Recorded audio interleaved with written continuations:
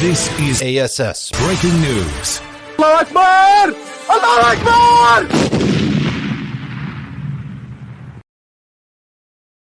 Hello, Assalamu alaikum, and welcome. I am ASS News correspondent Asman bin Licken. Brock Jurgensen is out on assignment right now, doing a story on Damon's mom and Mayo. We have some breaking news for you guys today. Our CEO and president, Jeff Zucker, has announced his resignation. Mr. Jeff, thank you very much for joining us today. I know today must be hard for you, but thank you for having me on, Asman. You decided to resign over not disclosing your relationship with the company's gerbil. Now, this relationship has been going on for years, including when you were married. So yes. Why take so long to disclose this to our board members and to the company? Well, if I could elaborate here real quick, hold on one second. I can explain. Give me one moment. We're in love. So me and the company that's the gerbil you have, right? Yes. You're in love. Company gerbil and I. If you can imagine. Does this have nothing to do with the fact that the gerbil was also in the office of Andrew Cuomo? Well, the only reason the gerbil left Andrew Cuomo's office was simply because Andrew's needs were not being satisfied. And so the gerbil and then former Cuomo felt the best thing to do was to mutually agree to part ways. And that's how me and the gerbil, I was basically there for the gerbil. And it's trying time, it's time of need. And we just fulfilled each other's needs really well. Right. So it has nothing to do with the fact that, Andrew Cuomo had all of these scandals surrounding him over it and the way, that this network has been covering for him. I'm sorry, you're breaking up. What was that? If you can go into more detail, like what kind of relationship do you and this gerbil have together? Well, as you can tell, this gerbil is very affectionate. As you can tell, the gerbil's all over me. And, when things start to heat up and I'm starting to feel like Andrew's brother, Chris, things get kind of dicey. So what kind of, relief, or how do you use the gerbil? Oh, sure. If I could demonstrate. So think of, my palm right here, this tight little space, like it's my asshole. Okay. And the gerbil just comes in and like scratches in and opens up and it goes right in. That's essentially the relationship that 100%. The gerbil and I have. 100%. I mean, just so you know, I mean, like here in the offices and here in the at the network, I mean, we've seen you with the gerbil. We've seen you interact with the gerbil and everything, but we didn't know the extent of the relationship you had with the gerbil. Now, this is what the network is telling us. I mean, we knew it was an open secret, especially after the gerbil left, the way you would walk out of the office and everything. But to get to the crux of it, what I really want to ask is, now that you're leaving, what kind of transition can we expect here at Ask News? And, did you put a good word in about me and Brock Jurgensen before you left? Well, obviously, you, Asman, and Brock are both my favorite. And honestly, I can't think of any other journalists in the industry right now who are doing it better than you two. And in all honesty, when I think about how your impact on the journalism profession has changed the domain, change the game, the industry. I'm going to ensure when I join MSNBC and NBC News as their president, I'll put in a good word for both you and Brock so that hopefully you two can co-host a show with Tom Bitch Tits Nichols.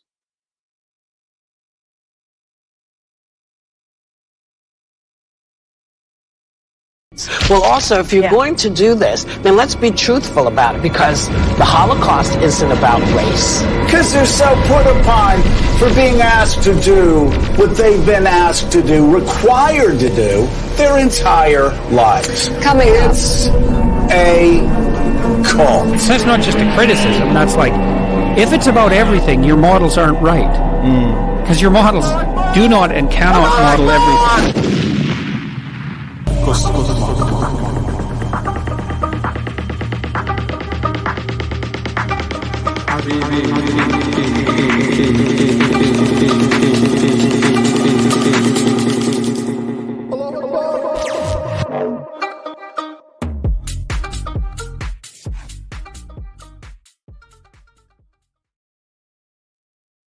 Oh my God, it's still there.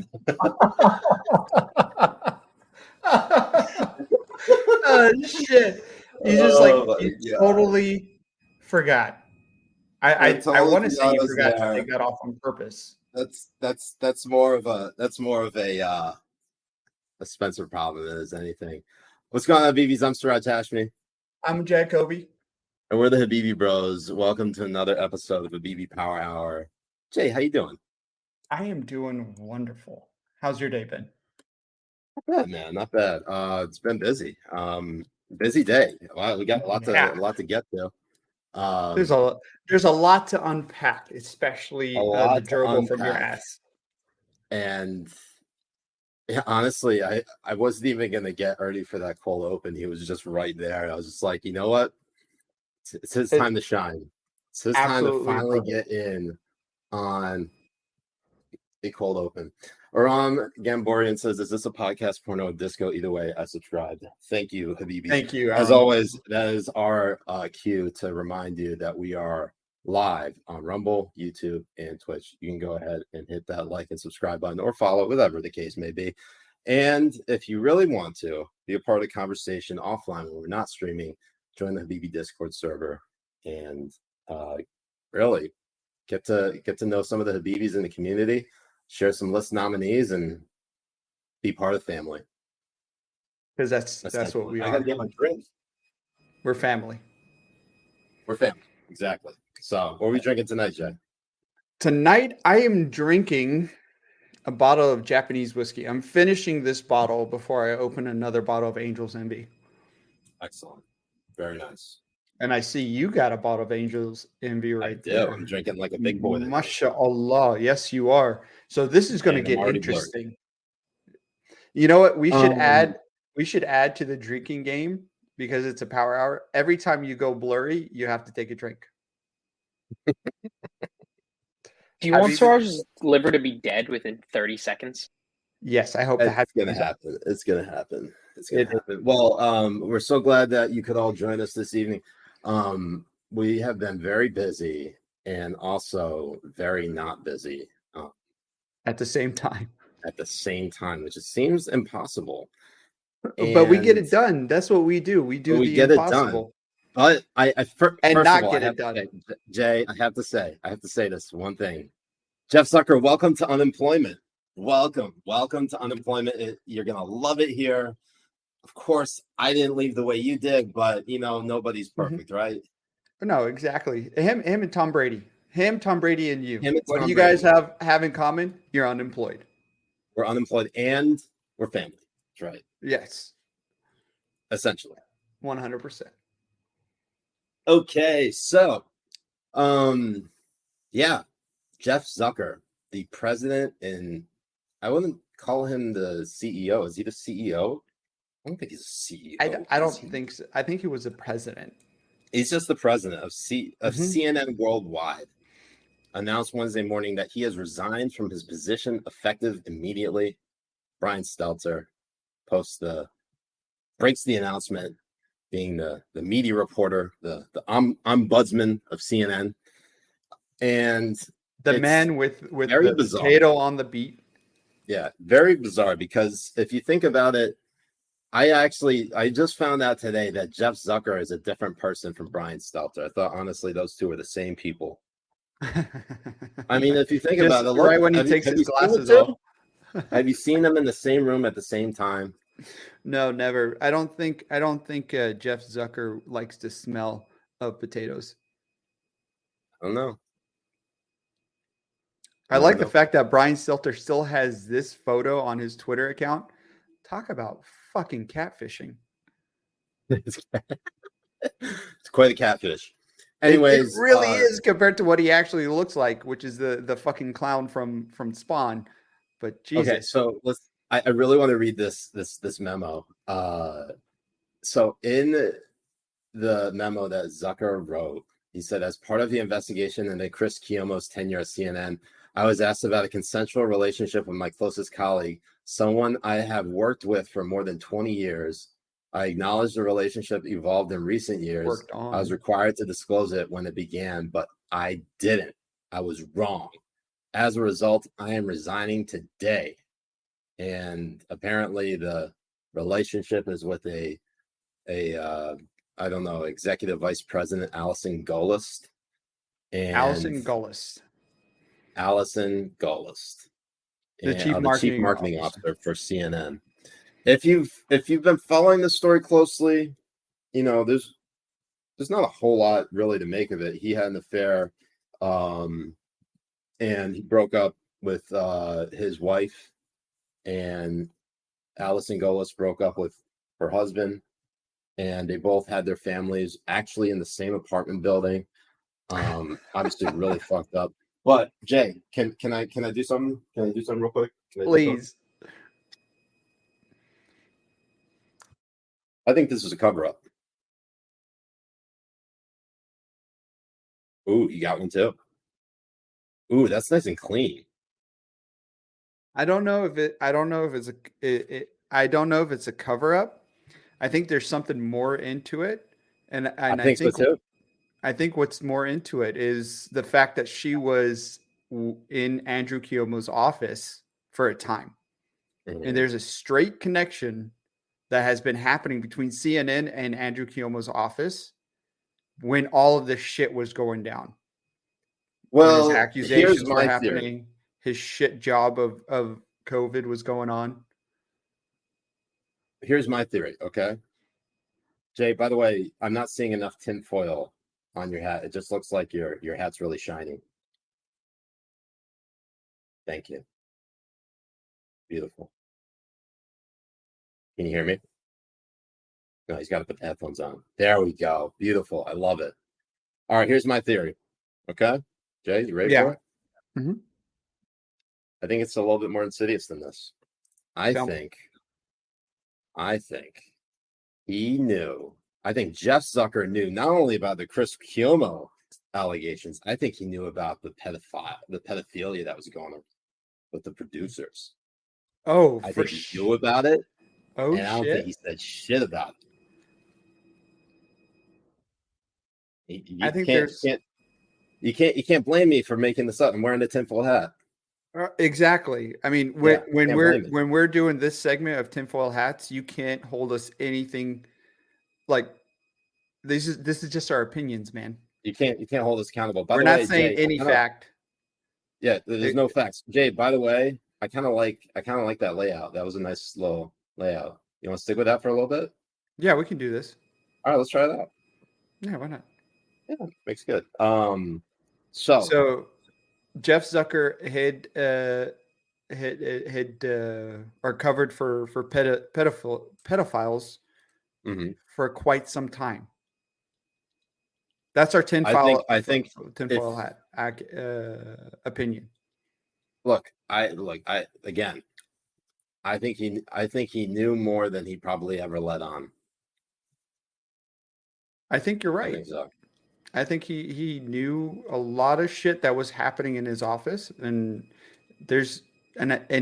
I love what's happening between Chris Cuomo and what's and between Jeff Zucker, because the only reason this came out was because of Chris Cuomo being fired and the investigation going on with, wrongdoings. And the thing is like, what kind of standards are there in journalism? And what I mean by that is, are there any kind of independent organizations out there that hold these fucking places accountable? I don't think there are. And the answer is no. There isn't. So they do whatever the fuck they want, like have Chris Cuomo suck his brother's dick live on air. Right. I mean, look at this photo right here. Put that back up. Or you fired, Spencer? Look, so you could see you got Don Lemon, you got Alison Gollust, you got Fareed Zakaria, and then Jeff Zucker looking at Don Lemon for some reason.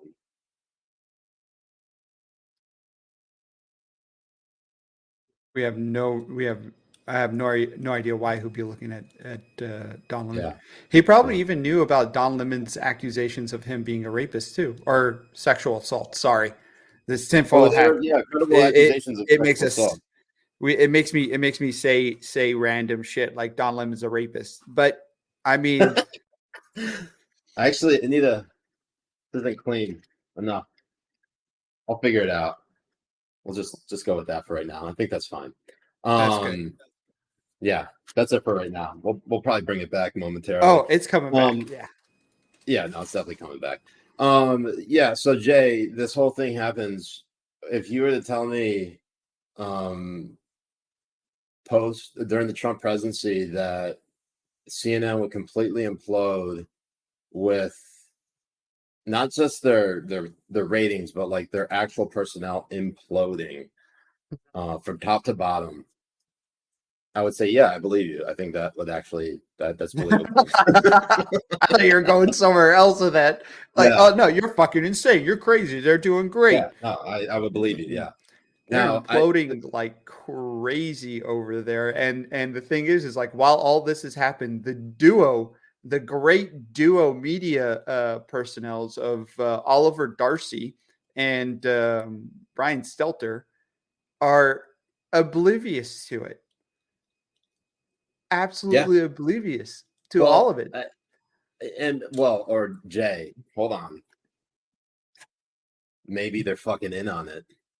And dude, when I say that they're oblivious to it, of course, I don't mean that they're actually oblivious to it. They know some of the shit that's going on, but they don't talk about it.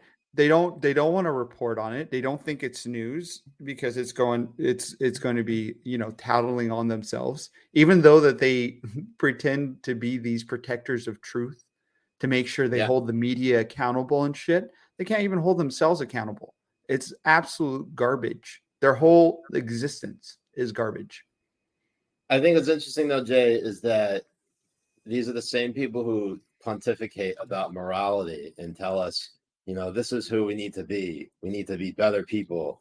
And here they are, where like half of them are, if they're not diddling kids, they're having extramarital affairs, or they're basically intentionally to the masses to cover up an agenda. Honestly, if there was ever a time really, and this is probably the best segue I could probably come up with, if there was ever a time really for us to trust independent media figures like Joe Rogan, seeing that just gives you the best reason to do it. Oh, for sure. And that segues right there to Joe Rogan right there. And also, I want you to pontificate on my face. We got to take them off for this just a second. I want you to what's that word you use? Pontificate? Pontificate. Yeah, on my face, please. Absolutely. Thank you. Pontificate on my face. 100%. I haven't blurred out in a while. I'll probably jinx myself though. So yes, we have a special announcement today. Thanks to Spencer for posting this, holding this, but it was Jay obviously who posted this on Twitter. So in breaking, the Habibi Bros will not be pulling their podcast Habibi Power Hour from Spotify in solidarity with Joe Rogan.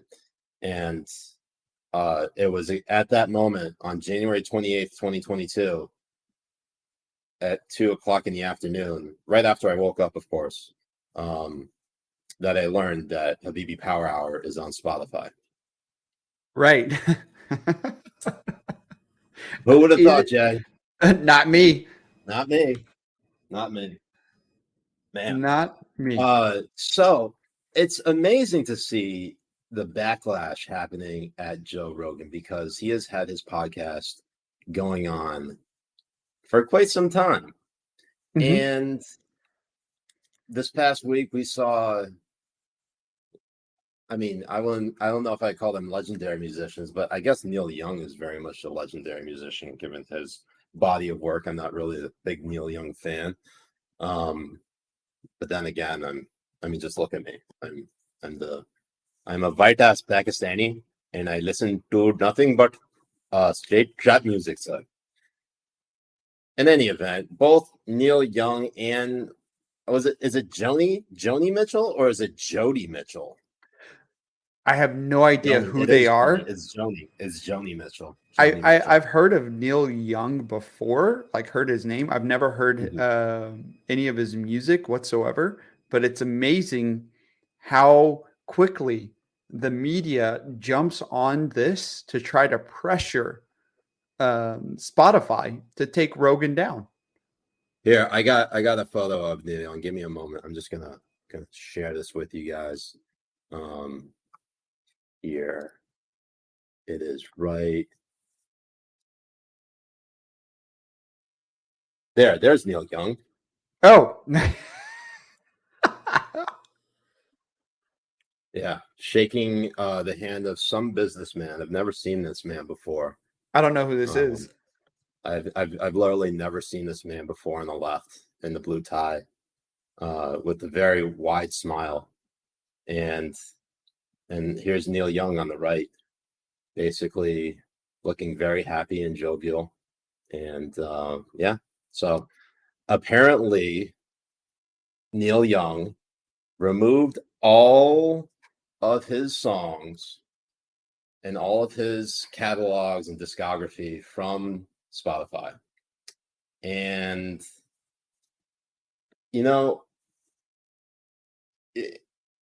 he did it because Spotify is letting Joe Rogan just do his show unencumbered. But that would be that's sort of a mischaracterization, because Spotify has actually given Joe Rogan probably the most trouble out of any person that they've signed to their platform, given that they've actually took down episodes of his, particularly the ones with like Alex Jones. They basically flagged any of his episodes with like Robert Malone as like, this is potentially spreading misinformation. Like, Jay, at this point, all I'm hearing is when someone says misinformation, I hear, oh, it's something you don't like to hear, so you're just gonna label it misinformation. Right. And the funniest thing is that a lot of the things he was talking about before are the narrative keeps on changing and the facts keep on changing. When it comes to masking, when it comes to the vaccine, when it comes to ivermectin, when it comes to ways to help against the disease without the vaccine. I mean, there has been so many articles and so many narrative changes when it comes to this. Is that he's not really he's not misinforming anything.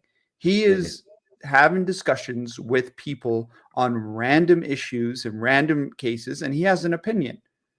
This isn't misinformation.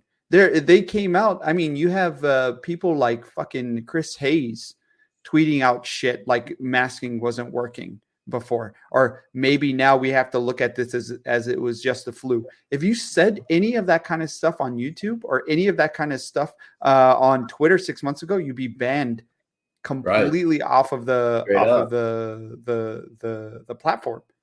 Think of how many tweets before Trump got banned from Twitter. How many of his tweets with respect to COVID that got labeled as, oh, this is misinformation. Right. And what's really funny is they've stopped using those labels. I haven't seen those labels in a long time. Misinformation about COVID and stuff. Why wasn't it on Chris Hayes' tweet when he tweeted something exactly what somebody like Trump would have tweeted? Wasn't on there. Why is that? Is it because facts change? They do. So when you have open discussions like this, like you and me, or like Rogan or anybody that go against the narrative that they want to push, that turns out to be complete bullshit later on, they believe that they still have that power to shut those people up. That's what essentially it is. 100%. It's all about power. It's all about who controls the narrative. And because corporate media has faltered in the way that we've just discussed with CNN, you have MSNBC, I guess you could throw Fox in that conversation as well. Their influence is waning. It is waning like crazy. Go pull the tweet back up, Spencer. Jeff Tiedrick, who big resistance reply guy to when Trump was still on Twitter, said, "What kind of shithole media suspends Whoopi Goldberg and rewards Joe Rogan?" Interesting segue to that, because Whoopi Goldberg, if you haven't seen already, got suspended by ABC from The View on ABC for 2 weeks for her comments about the Holocaust. And I believe we actually have a clip. You want to play that? Well, also, if you're going to do this, then let's be truthful about it, because the Holocaust isn't about race. No, it's not about race. No, it's about a different race. But it's not about race. It's not about race. What is it about? Because it's about man's inhumanity to man. That's what it's about. But it's about white supremacy. It's about it's not about ideal race. But these are two white groups of people. Well, how do we have to black people see them as white? But you're missing the point. You're missing the point. The minute you turn it into race, it goes down this alley. Let's talk about it for what it is. It's how people treat each other. It's a problem. It doesn't matter if you're black or white, because black, white, Jews, everybody eats each other. So is it, if you're uncomfortable, if you hear about mouse, should you be worried? Should your child say, oh my God, I wonder if that's me? No, that's not what they're going to say. They're going to say, I don't want to be like that. Well, hopefully. I don't want to be cool. Yeah. Most kids, they don't want to be cruel. No, they don't. And we're living in an era where people are comparing that. Okay, that's enough. Oh shit, I'm blurry. Damn it. Drink. Right when you drink. Sarah Hegdon coming out with, Whoopi got suspended on the first day of Black History Month. The racism in this country cannot be overstated. Fucking crazy. ABC is filled with racists. ABC, more like WASP. Ass pussy.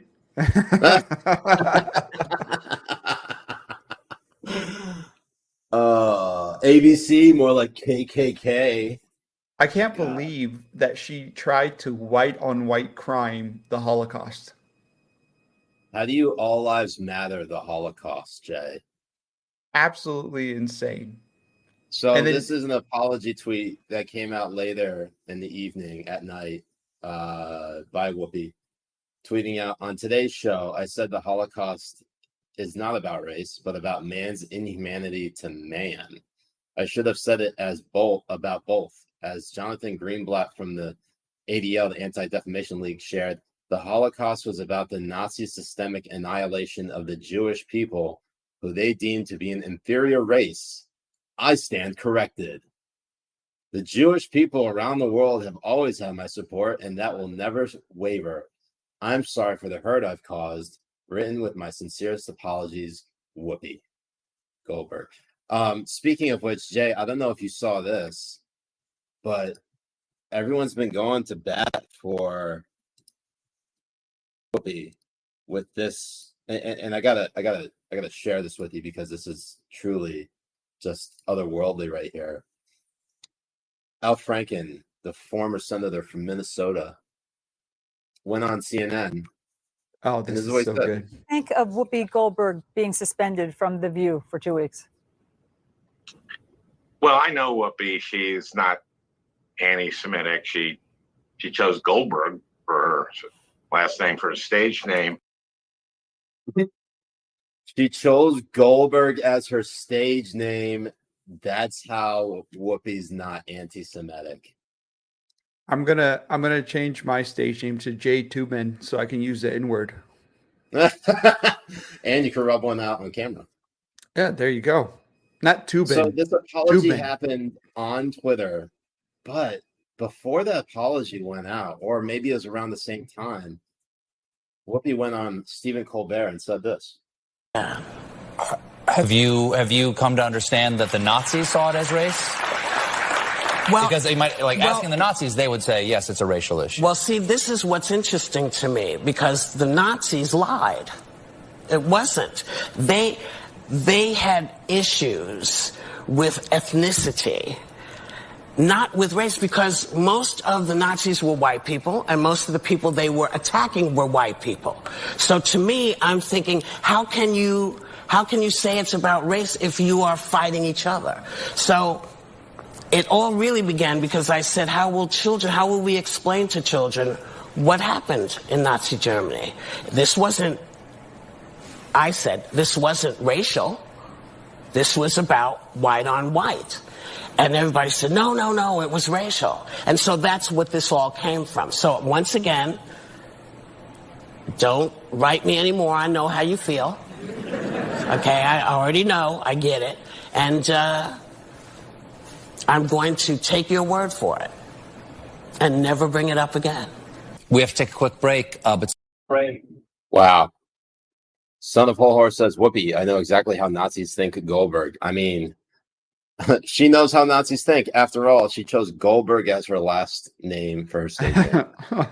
Well, I mean, it's just another way that the left likes to diminish the atrocities that happen and the struggles that happen with Jewish people.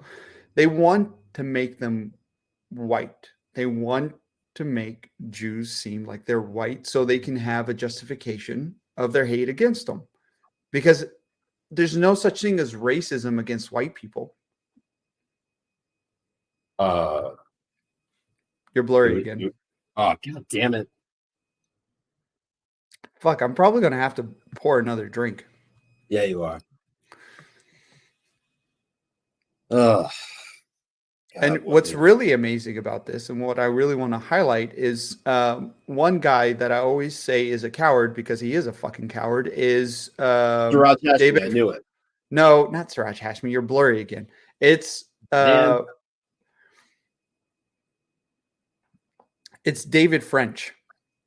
David French wrote a tweet about this saying, like, how are we as a society not going to accept somebody's apology when he was on the forefront of being okay with Roseanne being thrown out, when it's time and time again, when somebody who is leaning right or on the right, he comes out and says, great, that's fantastic. They have to be off. They have to go away. All this kind of shit. But when it comes to somebody on the left, like Whoopi Goldberg, he comes out defending them. And that apology she wrote was completely full of shit. The only way to accept an apology is the actions that come after that apology. So you know the sincerity of the apology. If it's not a sincere apology, why am I going to bend over backward for your mistake to accept your apology if you're not sincere about it? It makes zero sense to do that. So this is what David French tweeted out following, and there you are, right in the replies. David French tweeted out, shouldn't apologies count for something? Given that we're all imperfect, we should want a society where contrition meets forgiveness. Yet we're constantly pushing towards a graceless society that treats apologies purely as confessions and thus grounds for further punishment. This is why, Jay. Go ahead, Jay responds. Jay, you want to read your response? Yeah, I said they should only matter when the apology itself is sincere and means something. When the person who apologized spits on their own apology seconds later, you should not accept it. That is fucking stupid. Only words with no action behind them are meaningless. It's that last part that really ensures that's the thing you want to hammer home. Words without action are meaningless. What's the point of saying sorry if you constantly do it over and over again? And while we don't know, I don't know everything that Whoopi Goldberg has ever said about the Holocaust. I don't know what she truly believes. I imagine that what she said in the beginning is what she probably truly believes. Right. And then there was a correction. People were being like, no, that's wrong. And you're a horrible person for believing that. And then she's like, oh, no, I don't want to be labeled a horrible person. So I will concede on this point. I will cave and say that you are all right and I am wrong because I don't want to be perceived as a horrible person. Now, people want to fire Whoopi Goldberg from The View, or they want her fired. There's talks about her not even wanting to come back because of her being suspended. Whatever the case may be, I think if she were to come back, she should, because you and I, Jay, if there's only going to be one person canceled over saying something about Jews, it's you and me, right? Oh, absolutely. Essentially, 100%. 100%. I always thought the Holocaust was over a painting. No, it's because Siraj's a sellout. That's why you guys are going to get canceled. That's true.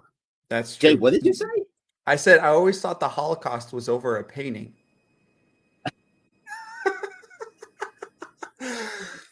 So an interesting aspect, and Russell Guy brings this up, and this is something that we were going to, I was going to shed a little light on, was the fact that ABC owns Disney, or is it Disney owns ABC? Who owns what? No, Disney owns ABC. Disney owns ABC. Well, thank you, producer. Disney I was already going to ABC. fucking say that. Jesus Christ. What is wrong with you, Spencer? God damn it. You can Anyway, people are wilding out about the screen names, so I'm just going to put those away. In any event, Gina Carano was fired by Disney for posting something on Instagram about how COVID has basically turned everything into like 1930s Germany or something like that. And she just got fired for The Mandalorian, straight up. And there was just like no discussion about it. She got signed by the Daily Wire, started producing movies with Ben Shapiro. Yeah. And then this happens with Whoopi.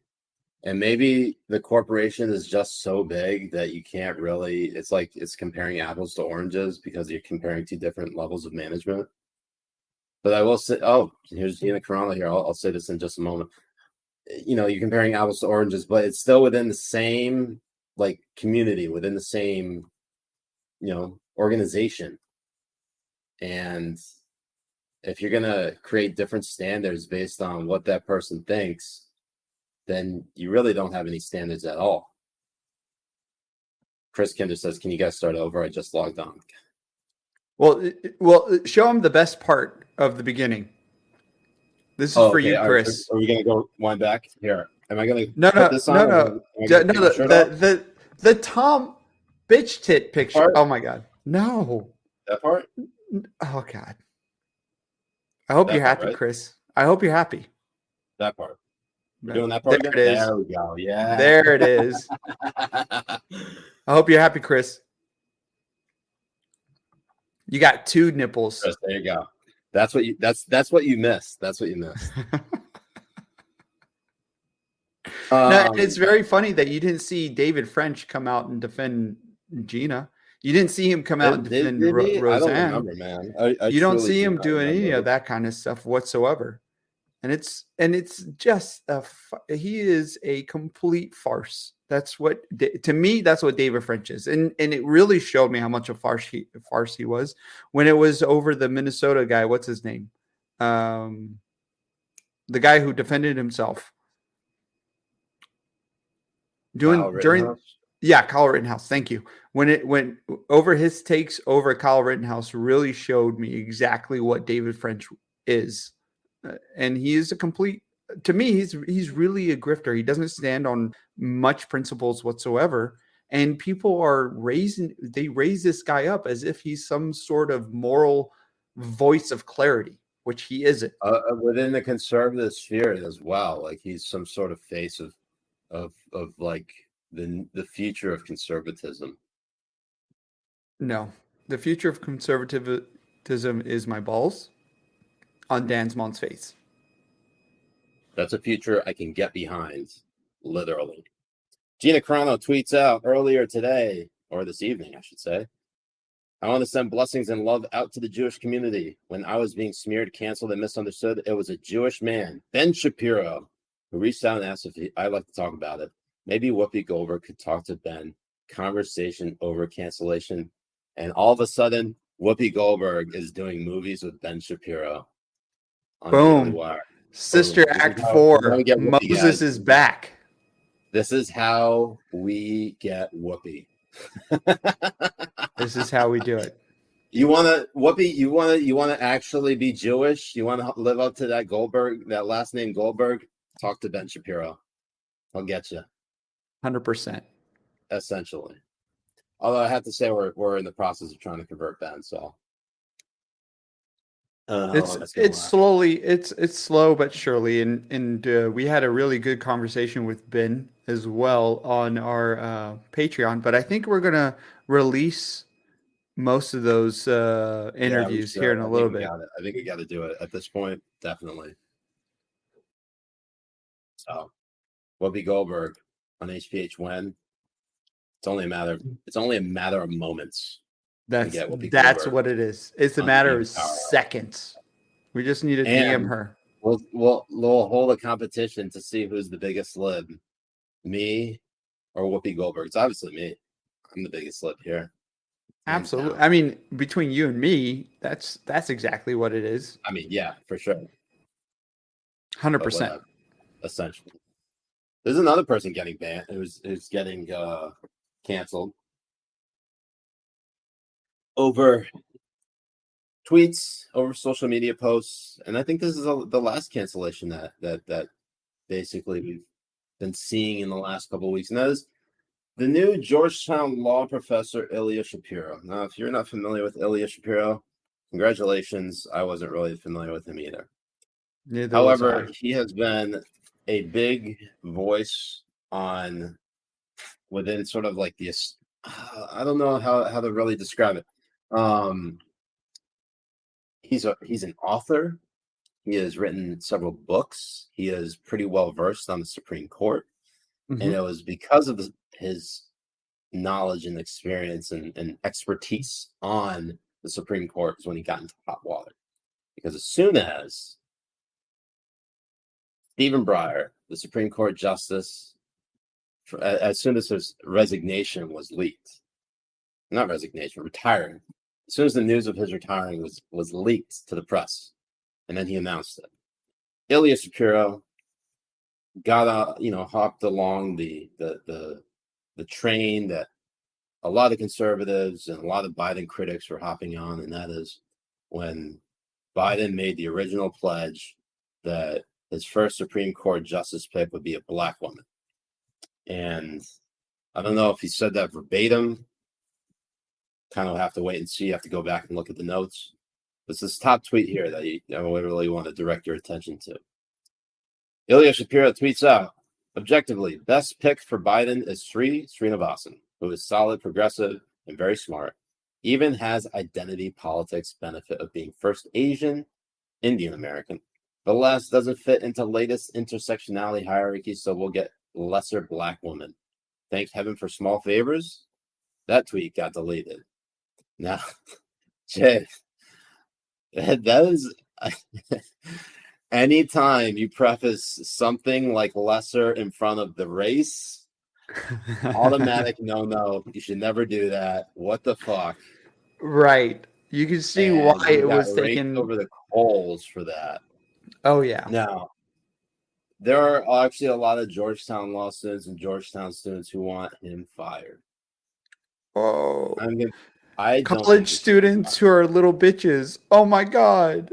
Tell I us don't think something he should new. be fired. No. And I think he already, issued an apology.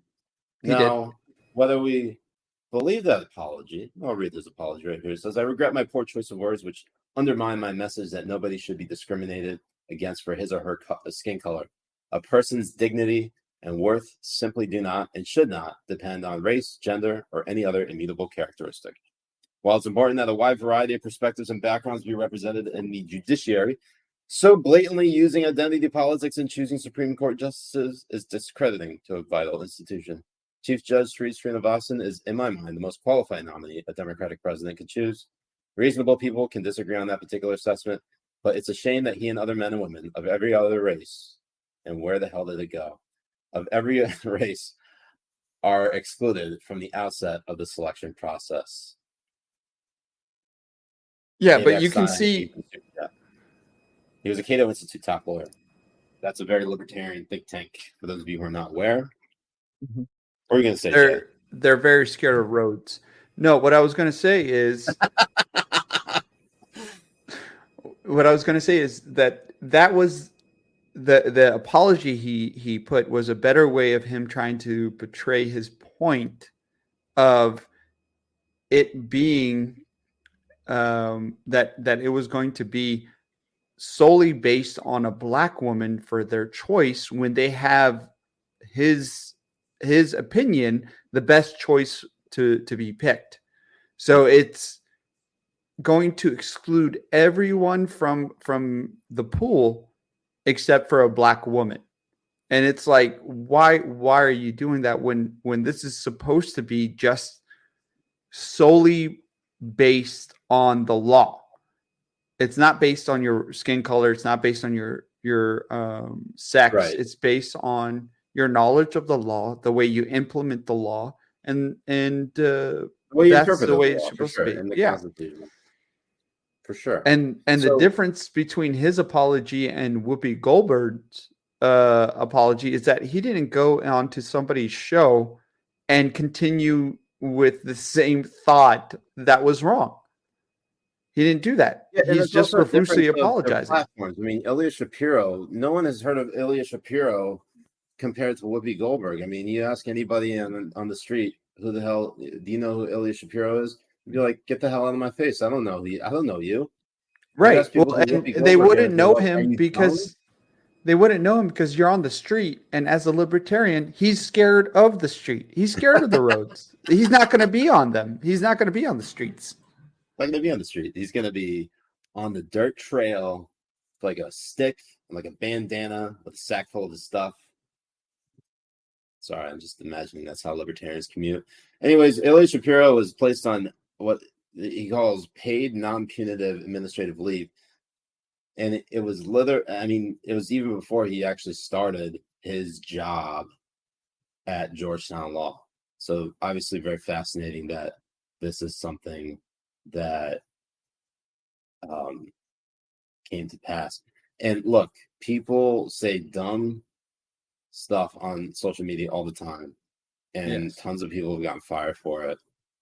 I wouldn't be surprised if Ilya gets fired for what he said, because there are obviously he could have articulated his point better. I understood what he was trying to say, and he fumbled it at the goal line, like the worst way possible. You never say it like that.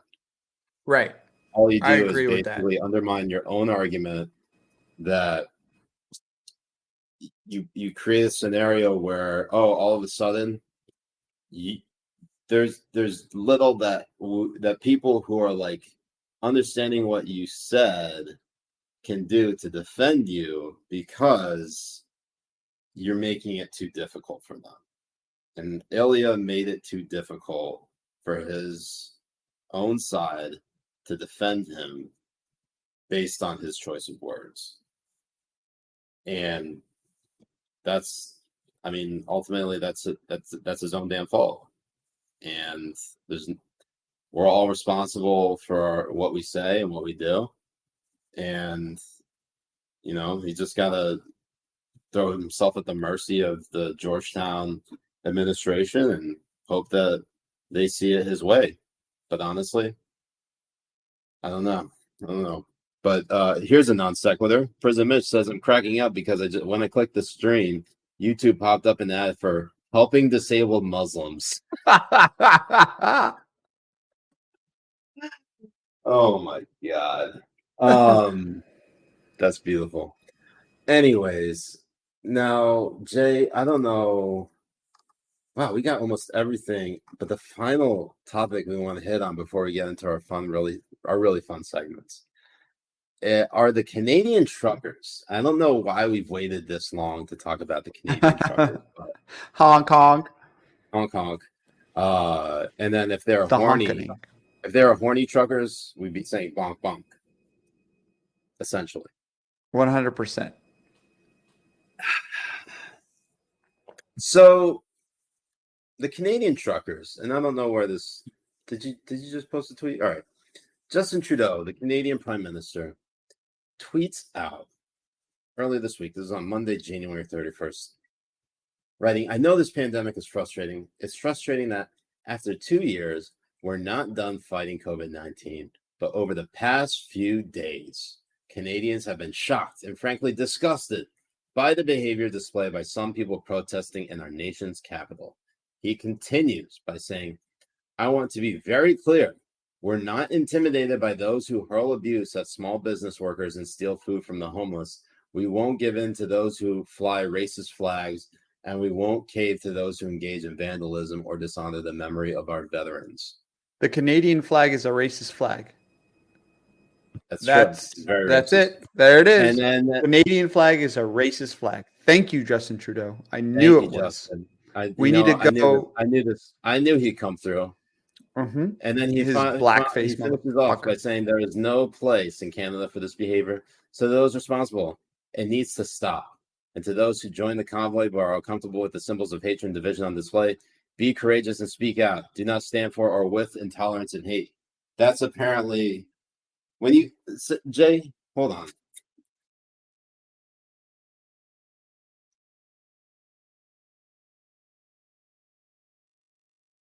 This isn't so much a conspiracy theory, so much as I just want to put it on because it makes me feel good.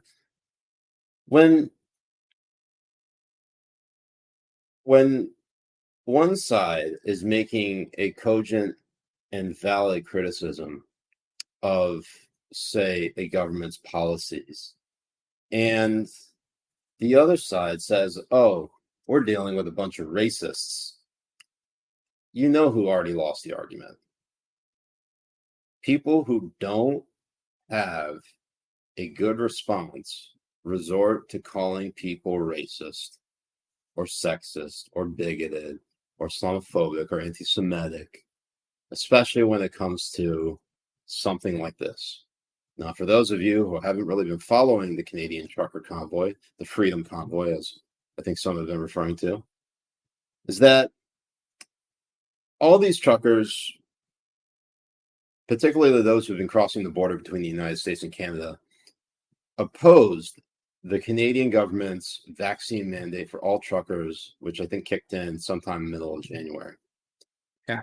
And they just started these little small convoys of truckers, and they just sort of formed organically a large convoy going all the way towards Ottawa, the capital of Canada. Apparently, Trudeau was so, I guess, freaked out that he, evacuated to an undisclosed location. Some people were talking about he came to the United States, which would be incredibly funny if he did. If he went to Florida, that would be hilarious. That would be even better. That would be actually very on brand for a Canadian. So, right. But I have to say this. Trudeau has been doing a terrible job. We all already know this. Trudeau, it's no argument that Trudeau has been doing a terrible job when it comes to COVID. Because if the Canadians had a Second Amendment, they would not be in this situation where you have these widespread lockdowns. They'd be much like, I don't know, probably Florida, but colder, much, much colder, and with hockey, and probably some having sex with deer. But that's besides the point. What I'm trying to say is, Jay, is that Trudeau has nothing. And so he tucked his tail between his legs and got the hell out of town because he just can't deal with it. He can't deal with these people. He can't deal with his own constituents. Can't look them in the face and saying what we're doing is wrong. He'll never admit that. He'll never admit it. So what we're doing is wrong. We've restricted freedom. We turn this into a totalitarian state, and you have no choice in anything. We own you. That's basically what they're saying. So we own you. Right. You're property of the Canadian government. That's what people on the left want to do. They want to turn us into fucking property again. Yes, they do. And the thing is, just property of the United States government.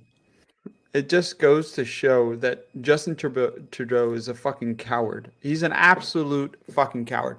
And the concerns of these truckers are very valid. And it's very interesting that we're seeing the left completely condemn the working class people because they want to call this, they want to see and view things as a class argument or a class warfare or all of these kind of stuff. They're ending up being the elitists against the working class people.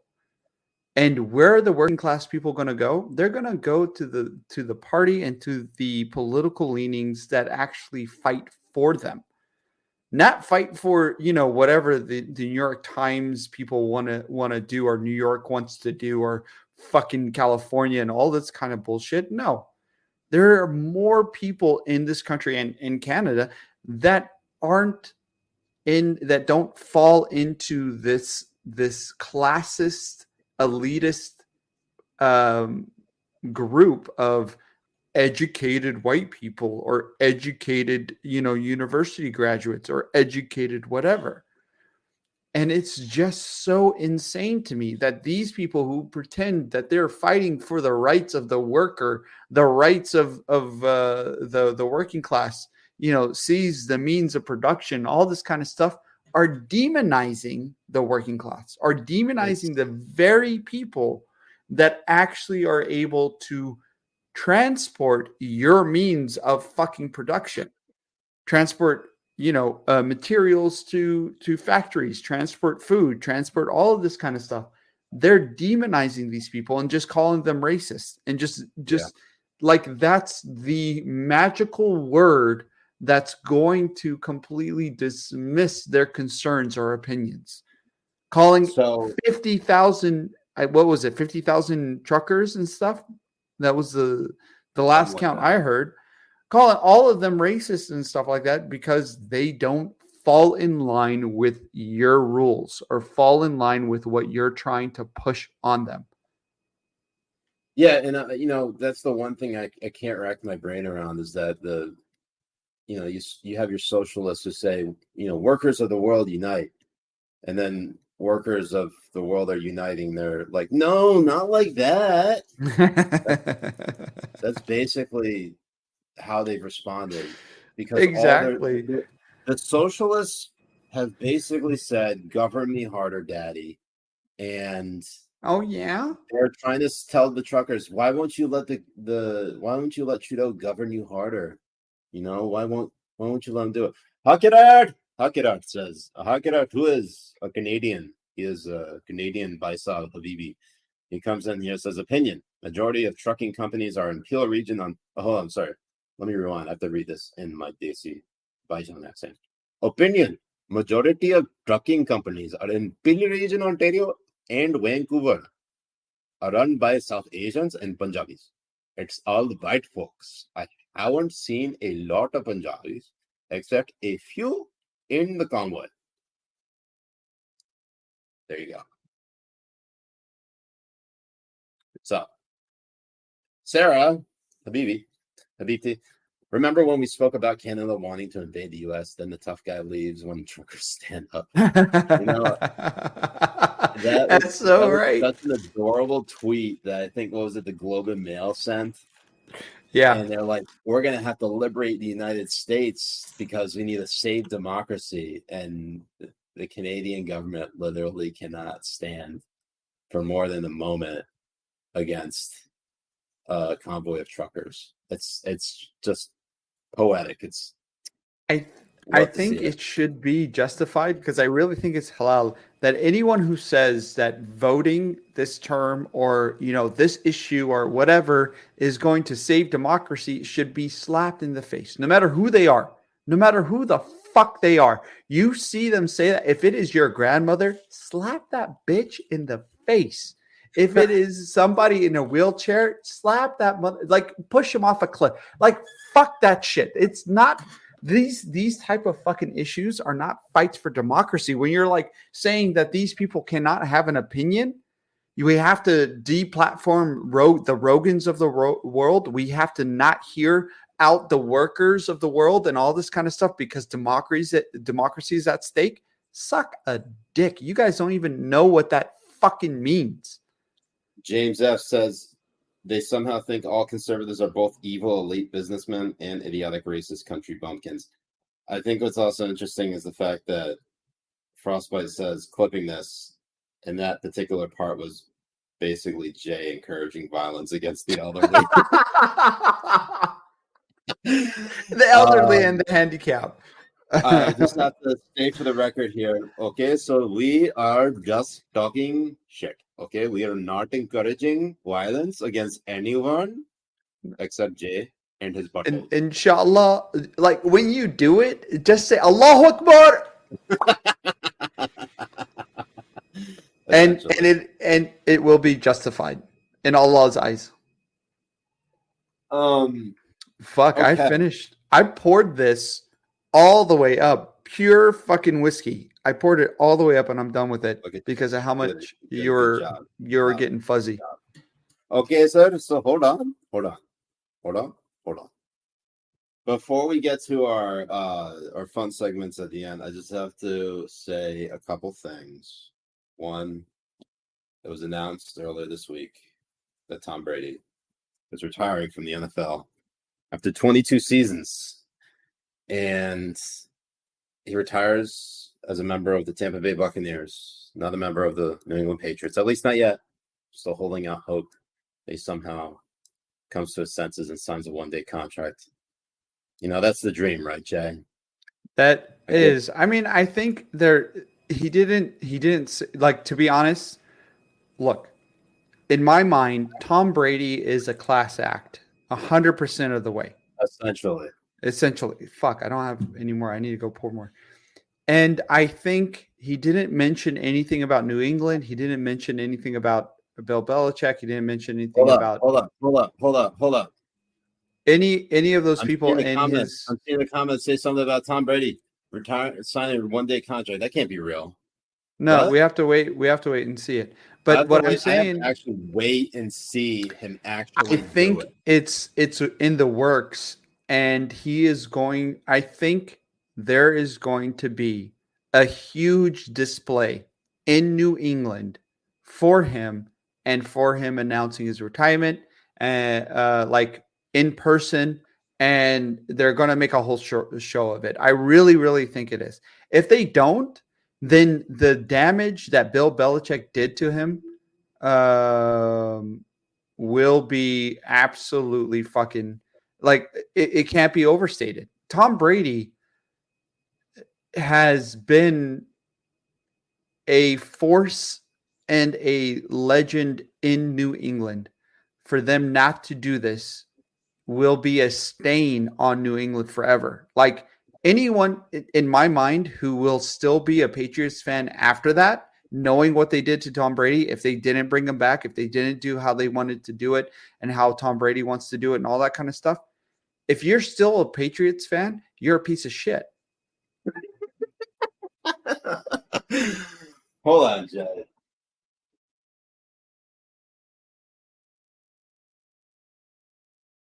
And I'm out of focus.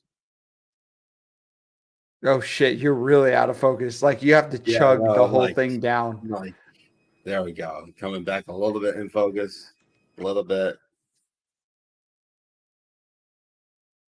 I love how Jay is basically saying I'm a piece of shit. I mean, I am, but no, but you are. But what I'm saying is like if it turns out like that, I mean, you know how Bill Belichick is, and you know if he took control and did that, why would you still be a Patriots fan if they did that to Tom Brady? Tom Brady is the only reason why you guys can boast about being as fucking good as you are.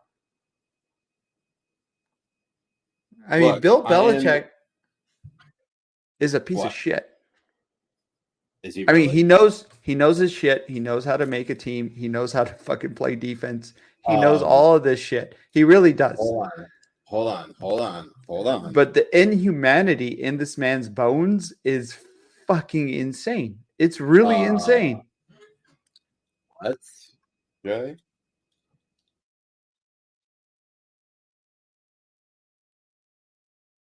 Are you saying I'm wrong? Are you saying I'm wrong? You think you're saying I'm wrong that Bill Belichick is not a soulless piece of shit? I'm saying you're wrong. You're gone, man. You're gone. Never believe. Shaitan has your soul and is eating its ass right now. Feels pretty good, not gonna lie. I mean, his tongue is pretty long. Let's see if I can do the show like this. Just have this be my face. Oh man, much better. Already 100% better. The show has become. You're so out of focus. I really am. I don't know what's going on here. What's going on is we drank a little bit too much. That's probably true. I need to pour a little bit more before we. While you guys do ask us anything, I am going to go pour a little. We're not done yet, Jay. We don't have asked us anything yet. We still got to do our gafas of the week, our winners and losers. Yes, our gafas of the week. Yeah, let's get to our gafba tweets and our losers of the week. So the gahbas and the winners, and people who just tuning in. Gahba means bitch or whore in Arabic, and I use it. The reason why I use it is because on Twitter they don't ban you for calling somebody a gahba. They will ban you for calling somebody a little bitch clown, like Brian Stelter is, and ban me like 4 fucking times for calling him what he fucking is, which is a little bitch clown. Everybody watching right now, go and tweet at Brian Stelter that he's a little bitch clown, please. just get what's it called? Get banned like Jay. Yes. Dan Wants Pizza says, "Where's our president?" Well, he was in the cold open. I think I have to go get him again. So, what should we do? Should we do our winners and gafas and then go get Earn? Yes. And then do our dumb tweets of the week. Or ask us anything. All right. So oh, come on. God damn it, Spencer. What is going on, Spencer? Jesus, Spencer. Jesus. Show me the Gavin Newsom tweet. All right, my gafba of the week is Gavin Newsom. And what's this? What's part of this as it relates to, you're correct. I was very judicious yesterday, very judicious. And you'll see the photo that I did take where Magic was kind enough, generous enough to ask me for a photograph. And in my left hand's the mask, and I took a photo. Rest of the time I wore it, as we all should.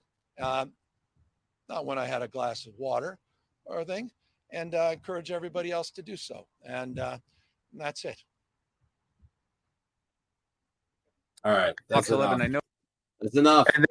And then what's amazing is there's a tweet of him sitting in the stands without his mask on. With no drink in his hand, no food in his hand. Bro, how is it possible that this man was not recalled? It's California. California is lost. Yo, California is lost. There's a reason why there are 600,000 people a year moving out of this fucking shithole. Not me, though. I'm still here. You want to know why? It's because Jay's a commie. I'm trying to turn it to the other red.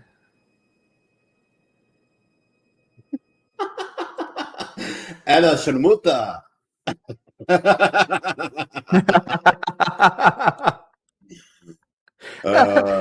That's so great. So Anna Sharmuta means I'm a whore. So I am Prison Mitch. It's my last vape ever. And it is it's absolutely fucking delicious. It's an alloy grape flavor, and holy fuck. Bro, that is not your last vape ever. Does this shit hit? Well, I mean, all right. I will vape out of your ass when I see you in Dallas, for sure. Which will be next week, inshallah. 100%. Essentially. So one of the things that has actually took the NFL by storm is Washington naming their team Manders. So instead of keeping it at the Washington football team, they decide that they're going to name their team Manders. And, you know, we're just going to have to live with that, Jay. We're just going to have to live with the Manders. No, what's really hilarious was one of the tweets from one of the Habibis when he was saying that just like the white man, it is to throw out the Native American for the white man. So they threw out Redskins for the white Commanders. Jay, I tell you, this league is so racist. Maybe Colin Kaepernick had a point. Oh, wait, that's right. He wasn't actually protesting the league. He was just protesting police brutality. And then it became a story about being racist. But Brian Flores blew the lid off, blew the hinges off the doors this week when he filed a lawsuit against the NFL in addition to the New York Giants and the Denver Broncos. And a lot of it had to do because of Bill Belichick. It's so good. It's so fucking hilarious. I just have to say, Jay,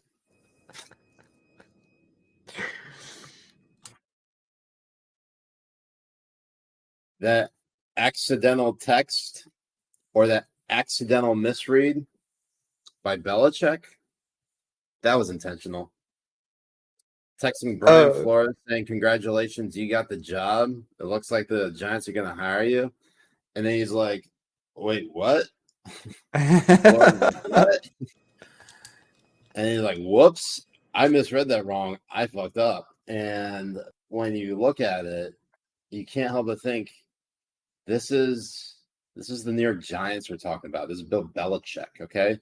Bill Belichick may have won his first 2 Super Bowl rings with the New York Giants as a defensive coordinator back in the early 90s. But he lost twice to them as the head coach of the Pats. And I can say for a fact that probably is his revenge right there. It has to be his revenge. I believe it. Not his revenge. I believe it. He's that vindictive. I think he's that much of a cheater. He's that much of a cheater. Whoa, he's that much. Whoa, Jay. Whoa. Cheater? Really? That's what you're going to go with? You sound like Justin Trudeau. Absolutely. Bill Belichick is a fucking cheater. Like Gavin Newsom and 100%.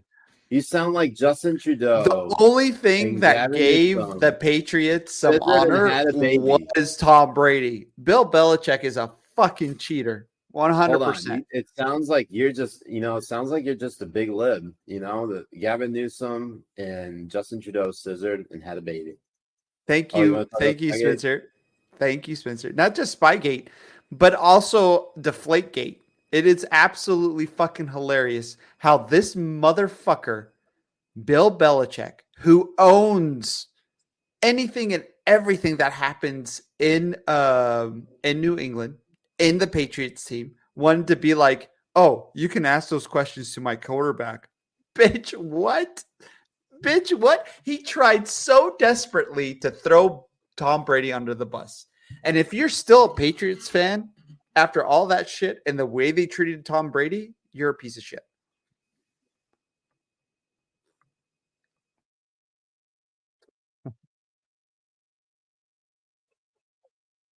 So you're just gonna go through every single all of it, please, all of it. Wow. You know what it is? You guys are big mad. It's not big mad, dude. It's the well, the Tuckgate one. Tuckgate is not a fucking scandal. No, it's not a scandal. That's bullshit. They're just coming up with things. No, that's bullshit. Tuckgate was not nothing. That was legit. That was on the these people are coming up with dumb stuff. No, they are. That's Spygate was a whole bunch. No. Spygate was legit. Spygate was legit. There's a tinfoil hat that we could probably get behind. I think I want to get that. That's the one we got to make. Something like that. So I just like to state for the record that Spencer, our producer, is a New York Jets fan. So I have 2 words for you, Spencer. Spencer, get in here. Spencer? What's up? I have 2 words for you. Butt fumble. That was so good. That's the best you could do. That's the best you could do. You couldn't just say was it 6 Super Bowls in 20 years and the Jets have one in 60? I don't have to even say that. I just have to say butt fumble. Butt fumble. That's the best thing. If you're still a Jets fan after the 2011 playoffs, 2010 playoffs. Butt fumble. Like there's nothing more you can do. This is butt fumble. I mean, fuck. And honestly, that should be Jay's favorite ever play in the NFL. The butt fumble? Right? Absolutely. The guy dived right into it. That guy is a man after my own heart.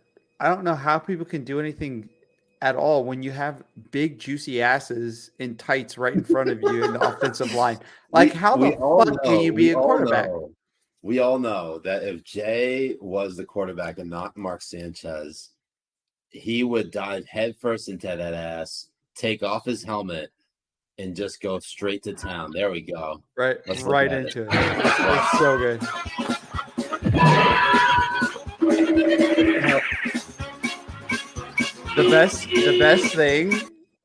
The best thing about this is just going to show how shit Spencer's internet is. It's worse than Siraj's internet. Spencer's internet is like so bad. How the fuck did you get worse than Siraj's internet?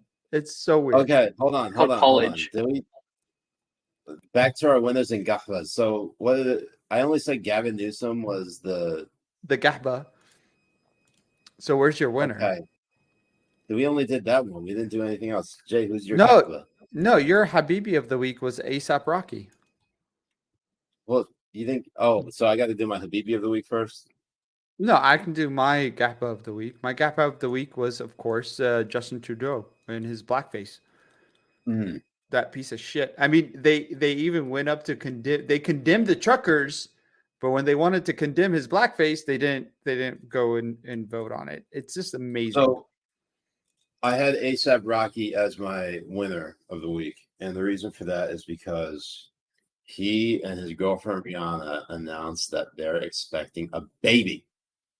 Now, I don't care who you are, to come from a Swedish prison and get released have a president intervene to get you out, and President Trump, only then to get Rihanna pregnant.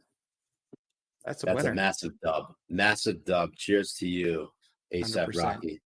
He got in there ASAP. Yeah, he did. 3 pump magic. So Abex is currently getting roasted right now for saying I don't respect Bill Belichick after him not accepting the Presidential Medal of Freedom to be politically correct. Well, why would he accept the Presidential Medal of Freedom? It's the Presidential Medal of Freedom. So Checkmate, lib. Oh my God. Is this a real tweet by Brian Stelter? And who's that replying? Is that Damon? Is that It's Brooklyn Damon. Dad? Yep. It's Brooklyn Dad. Late night at the still making. What does he say? Late night at the office, still making calls to sources. Reliable newsletter will be out by midnight Eastern. Nobody gives a shit. You Spencer, fucking get in potato. here. Nobody I'm getting gives a Ernie flying fuck. on. I'm gonna go get more drinks, so you Habibis can Where are you going? you know, sit with my turn? Spencer, and you guys can all realize why we want to fire him. Yes. Ooh, so I think questions now, I guess. I guess take the questions, I guess. And yes, to I forget who said it. I am the type of person who does respect Rex Ryan because Rex Ryan's a G.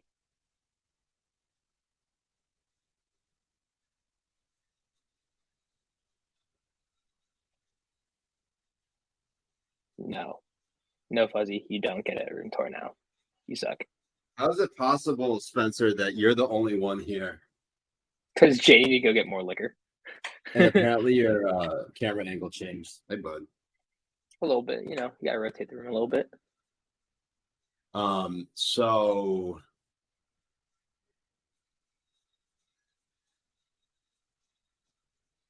what's up? Just you know, Patriots cheating sucks. The Habibis want to know, Spencer, where's the leg? Where did the leg go? Home.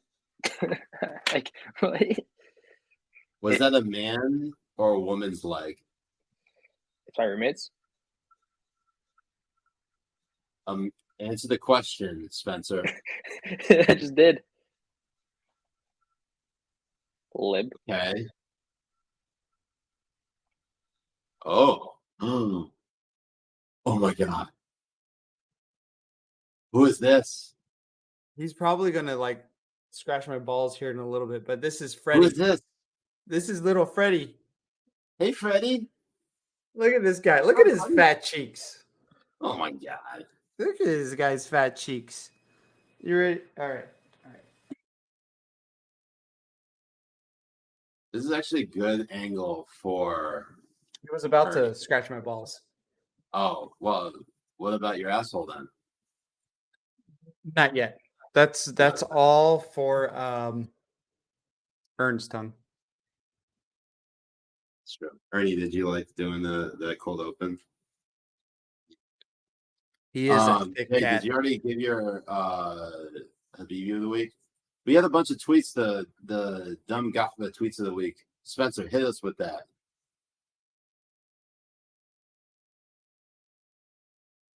I need to know. He looks so confused. He's like, I have no idea what you guys are talking about.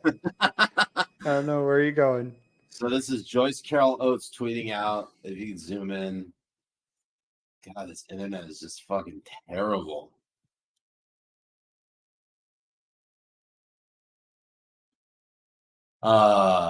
Joyce Carol Oates tweets out, when I was first married to my Jewish husband, 2 Jewish women friends of mine took me aside and said, with wry smiles, welcome to the club. Soon I knew what they meant. Can any Jew Vivis tell me what the hell she's talking about? No, there's another tweet. Hey, and I have no clue. There was another tweet that somebody wrote.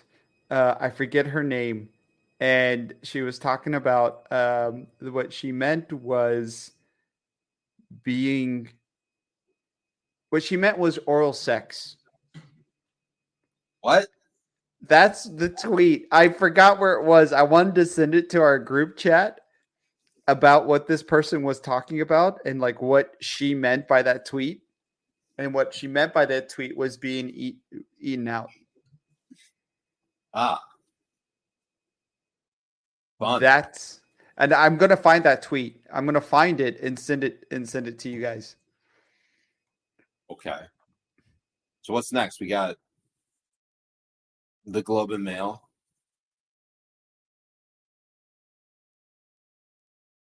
The Globe and Mail tweets out calling the Ottawa protest peaceful, downplays nonviolent dangers, critics say.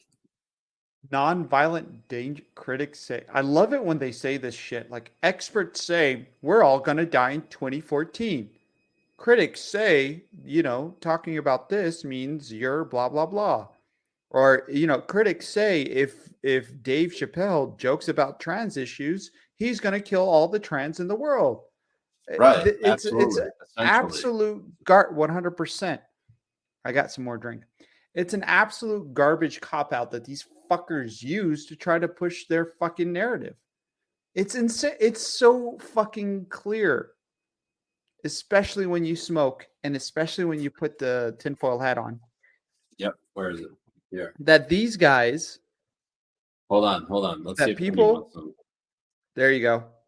That people who say, critics say, that people who say experts say, or try to use experts or whatever, they're just trying to push a fucking narrative down your throat. They're not trying to give you truth. There's the experts that they're using are bullshit.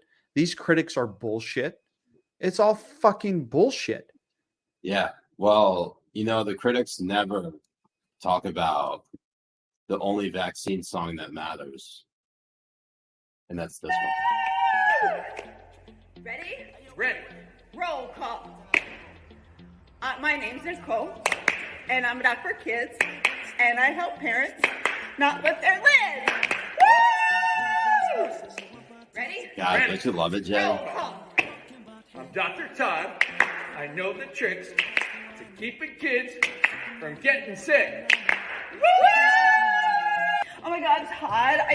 What are we gonna do? It's like people just don't believe us anymore. I know, Nicole. You know what? These people would rather just listen to some random person or somebody on social media. I bet they couldn't even pass Mr. Jenkins' 9th grade science class. I totally know what you're saying, Todd. But what are we gonna do? Why are white people like I don't know. Maybe. Wait. What if we created the perfect cheer? Vaccinate! Vaccinate! Vaccinate! Vaccinate! Who's that girl talking about vaccine? It's me! Who's that girl talking about vaccine? It's me! All right. You can tell this chick never had her ass ate whatsoever. In the entire life she's lived, she's never had her ass eaten. And that guy probably gets pegged. I wouldn't be surprised. Chris Prather, thank you for the super chat. Says, who cares what Gore Vidal said? Damon Toll. Damon Toll. Damon Toll. Damon. Gotta make sure I pronounce it correctly. What was that? That was the cringiest thing I've ever seen in my fucking life. Holy shit. So Habibi says, I wish I could help. Doctor to anybody. Habibi says, I wish I could help, but no clue except that Joyce Carol Oates is old and nuts. I have literally no clue what impact she thinks religion has to do with oral, if that's really what it's about. Language has a lot to do with oral, especially if you can speak Arabic or Spanish and roll your R's. It does wonders. So you can roll your R's, right? You can go ra, no, ra. Ra, the letter ra, like Rami, Rashad, ra on your pussy, ra. Bud. All right, so now we get to our favorite segment of the week. I actually kind of like this close up a little bit. I know it probably freaks out the Habibis, but I can see Ernie a little bit clearer. That is Ask Us Anything, our favorite segment. Wow, I think we covered everything that we wanted to cover in less than an hour and a half. Look at that. We did. Who would have thought? Not me. All right, so across all platforms, Rumble, Twitch, YouTube, hit us up with your questions if you got them. Ask us anything. Rumble has been going crazy. Yeah, you guys I see are on Rumble, crazy, but I don't know if they're actually talking about anything that we're talking about. No, there's a religious war happening on Rumble right now. Yeah, on our Rumble chats. Nothing like a couple of Muslims, well, a Muslim and an atheist as in you to really bring about the holy war. President Mitch says, Ernie like licking that thumb like it hadn't the antidote. to becoming a gay incel live? Evan Woolery says, I've been out of the loop. Update on the BBCon. It's a great question. That is. I still need to talk to one of the Habibis about it. Like, we really, really, really got to get on it, because we have to really pick. We have to pick a solid location that most of the Habibis can make the pilgrimage to. Ryan Scholling asking, why the fuck do you still live in California, Jay? Will you do escaping anytime soon? Inshallah. Inshallah, I'm trying. Damon, thank you for the super chat. Says, I like that Chris Kinder somehow paid Siraj and Jay money to dunk on me. Right. And I like how you paid money to respond to the dunk. Yeah. Oh, God. Habibi Khan invites will be coming in the mail. Just hang tight. Just like his fucking, what's it called? Your I didn't want to postcards. announce this, but I mean, I got. Don't worry. They're coming. Come. They're on the way. Josh Goldsmith says only one place for it to be gone. Gitmo. Inshallah. Probably gonna have to. Faye. Now he wants to get on it. Where were you when we were begging to set it up for you months ago? Hey, Faye.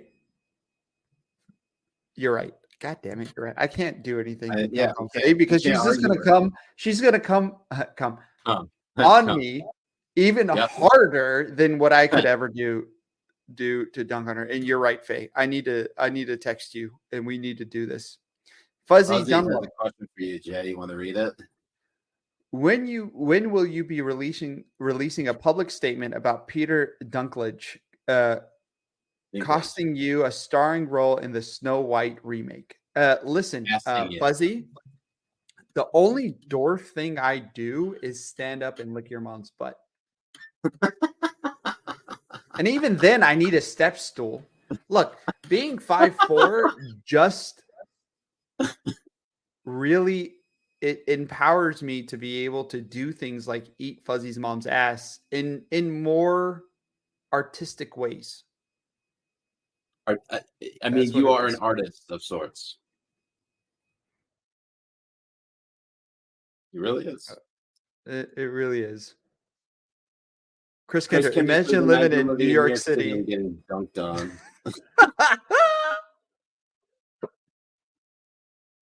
Steven Ferris is in that merch. Inshallah It's soon, coming. Steven. It's come. Much like those postcards, they're coming. Inshallah. Daniel, tell your mom I said hi. Do you think Rodgers is going to the Titans? No, I don't think he's going to the Titans. I think he's going to go. It's either he's going to retire or go to the Steelers. No, he's not retiring. I don't. Yeah, I think he still has a lot more game to play. He's going to the retirement home in Tampa Bay. I think he's leaving Green Bay for sure. Oh yeah, if you go to that's Tampa happening. Bay, maybe I could see it. It could happen. I could see it, honestly. I could see Tampa Bay welcome Rodgers with open arms. It's amazing how good Rodgers is that he only has one Super Bowl. It's because football's a team sport, Jay. Okay. Sometimes you got to cheat to win. Evan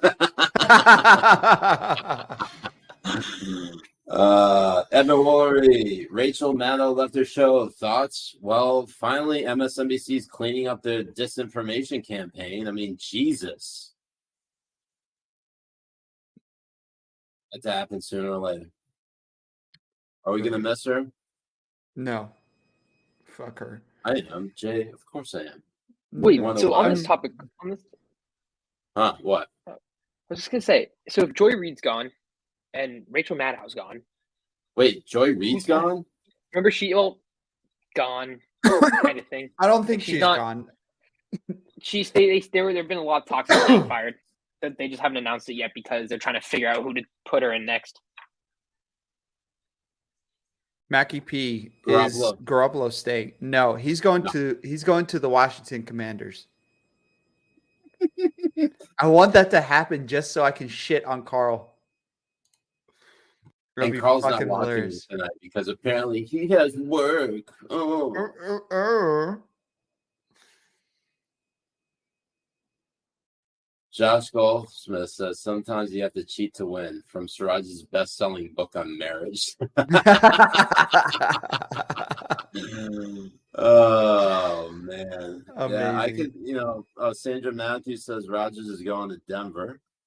I could see, I could see that happen. Courtney Odell says, yeah, they would shuffle their show. I thought that's on Joy Reid. I guess they did. I didn't realize that. I thought that was I didn't know if that was confirmed or not. But anyways, any other questions we got up in here?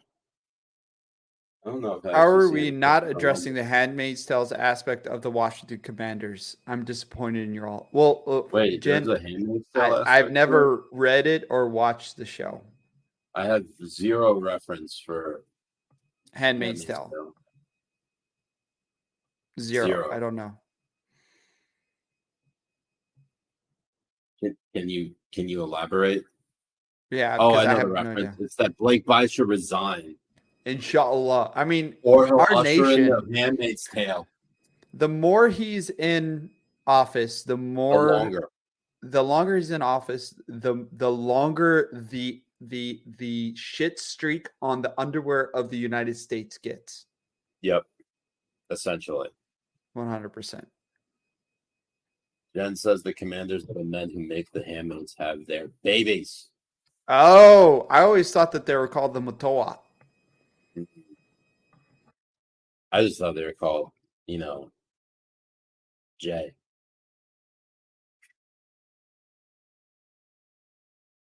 The Army of Jay. Nate Clem says, I still want to apologize for unintentionally making people believe that Siraj had COVID dick.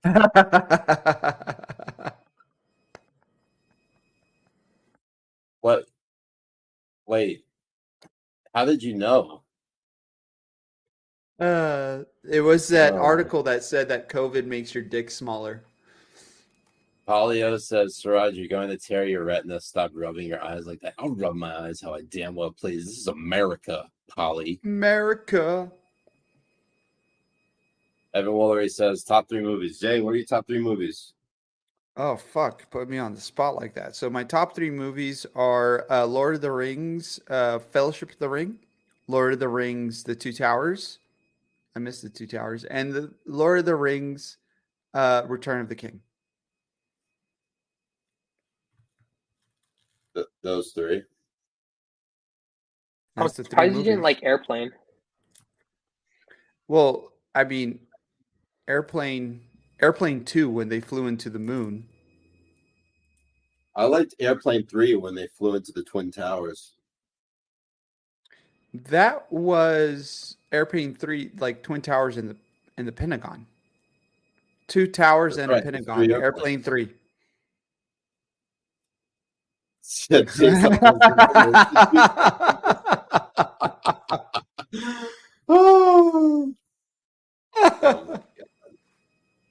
Oh man, I actually am probably gonna tear my retinas. Thank you. Over under on when Brian Stelter gets let go. Honestly, that organization has no shame. I don't understand how some person like Brian Stelter still has a job. And I can go on a rant for like 60 minutes. So sit tight, people. 69 minutes.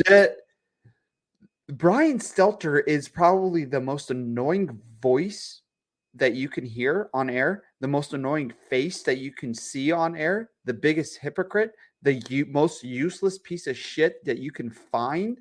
Like how him or like Chris Kaliza have jobs are insane to me. Insane. These people have no value whatsoever. Nobody likes them. Nobody likes them in their own fucking organization. I guarantee that if you took like Jake Taper aside and said this was totally off record and shit, he would call Brian Stelter a piece of shit. Everyone would call Brian Stelter a piece of shit. He is garbage. There's no way in hell that he did not pay the woman he calls his wife to sleep with him to have a baby. I don't even think it's his baby. There's no way he gets slept. I mean, for fuck's sake, the guy is a complete disgrace of what it is to be a human, what it is to be a man. The guy is a piece of shit. Is a piece of garbage. Baby says, yeah, Polly, nobody tells Siraj not to rub himself. We're talking about Jeffrey Toobin, right? Absolutely. Jay, thoughts on your star Man United winger beating women for a hobby? Honestly, I mean, he felt like he woke up Chris Breezy. What can I say?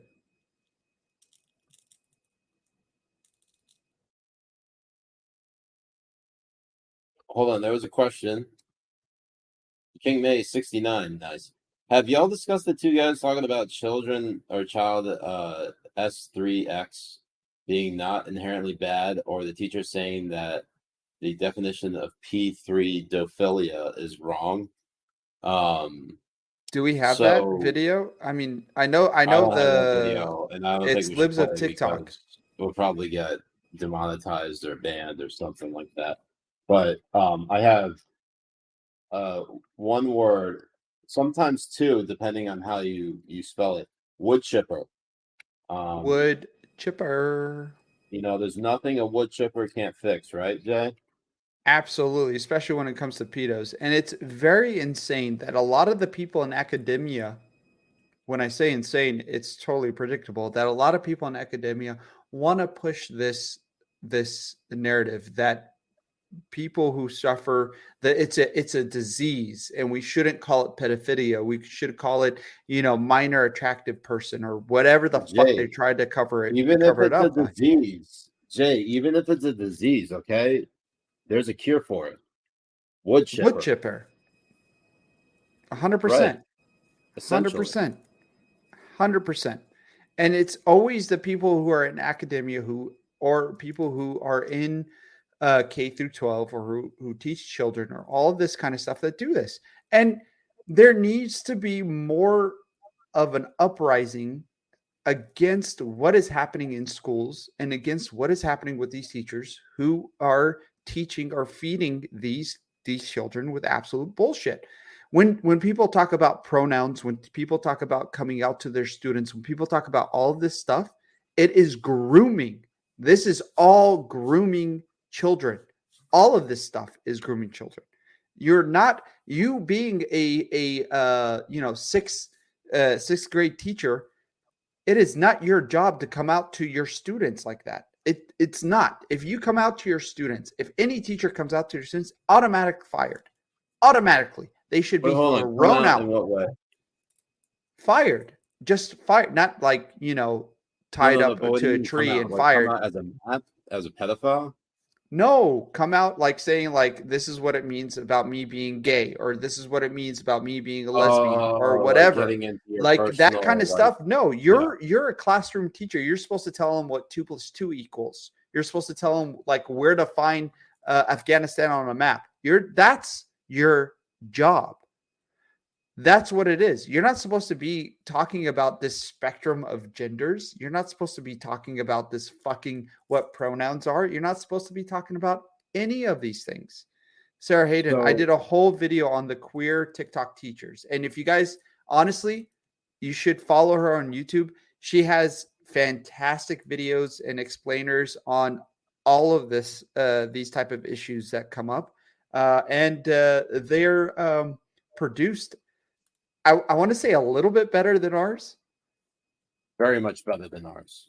Like a little. In fact, you should all go follow Sarah Higdon right now.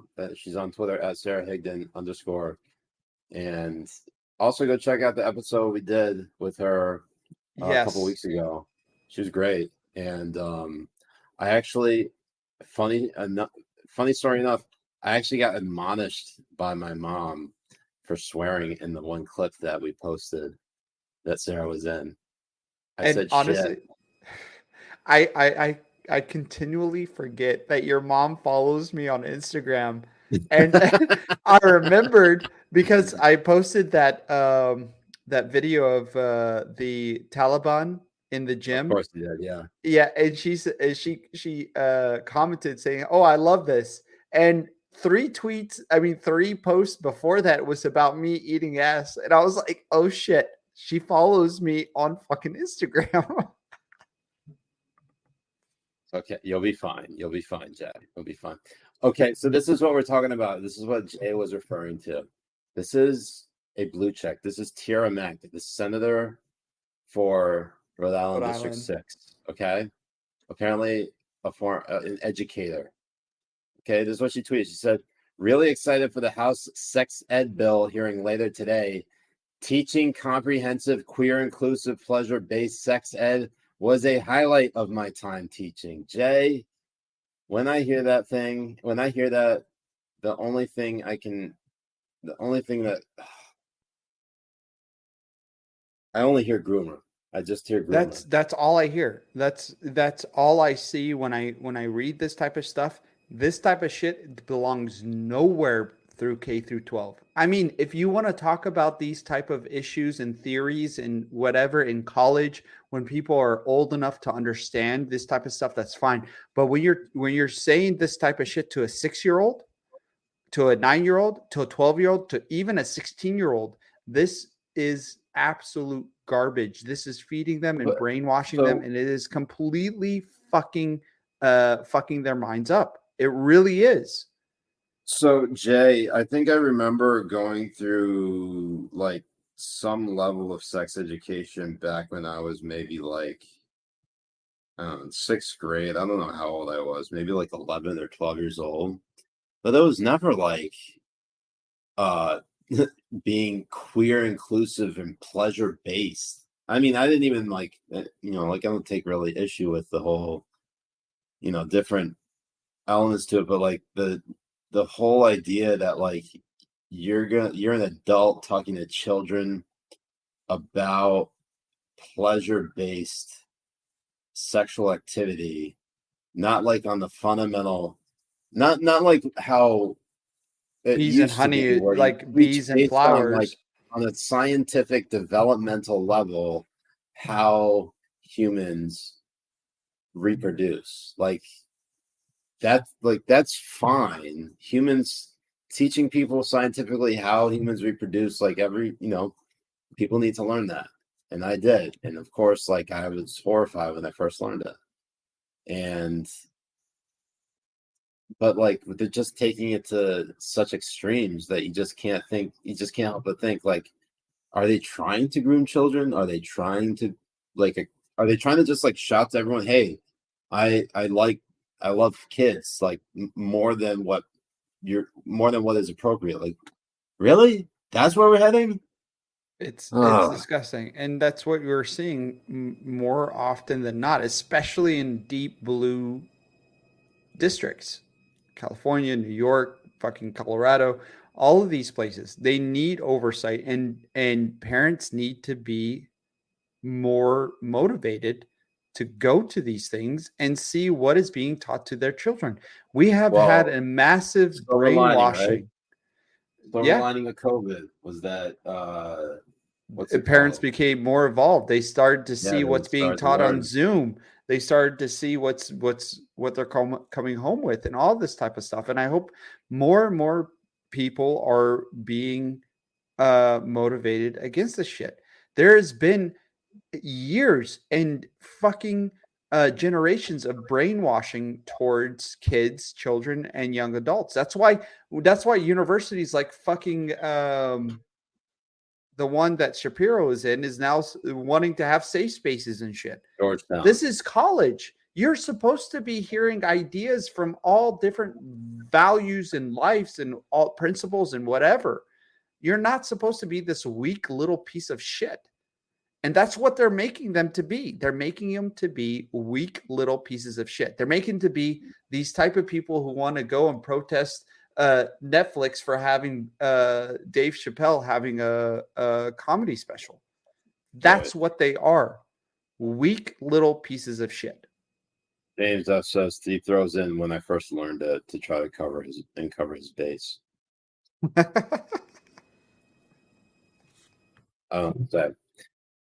Nate Beebe says going to bounce early. Night Habibis. I think that's our cue. When it's too late for Nate Beebe, it's probably too late for us. So Habibis, thank you all so much for joining us on the Habibi Power Hour. This one was jam-packed with a lot of stuff. But join us next week. We will be having a Habibti you all know and probably disagree with, but probably, I hope, love. Batya Ungar Sargan will be joining us next week on a premium episode, hopefully Tuesday of next week. That will be February 8th. What is that, 9 p.m. East, Jay? 9 p.m. East. And if you want to watch it live, be sure to subscribe to our Patreon on patreon.com/Habibi Bros. And we'll be releasing that on all platforms after the recording. Later in the week. And as always, if you want to follow me and Jay on Twitter, you can find me at Siraj Hashmi, Jay at Asslicken, ASSLIKEN. You can find our producer, Spencer Sachs, at Spencer_Sachs.